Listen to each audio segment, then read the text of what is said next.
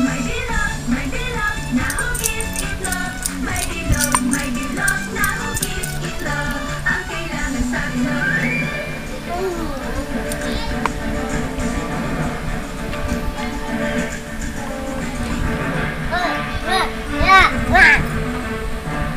Nagbabalik po ang 2010. Paalala lang po. Lesson po sa ating mga presinto. Pero sabi nga po ni former Commissioner Rex Cora ng Commission on Elections, pag nasa pila, hindi na daw po dapat paalisin pa. Kailangan makaboto dahil yan daw po ay karapatan ng bawat botanteng Pilipino. Samantalang puntahan po natin ang ating team sa Malabon kung saan ayon sa report, kalahati pa lang daw ang mga nakaboto.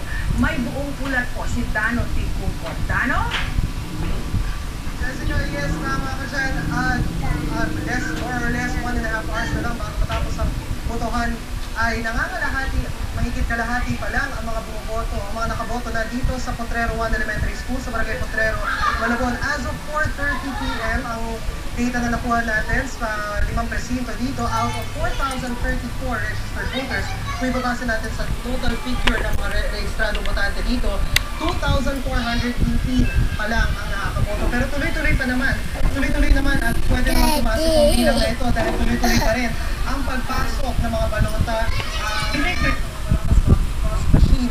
Nabigyan pa naman ang mga nadeklarang invalid ballots o mga hindi nasa ng PCOS machine.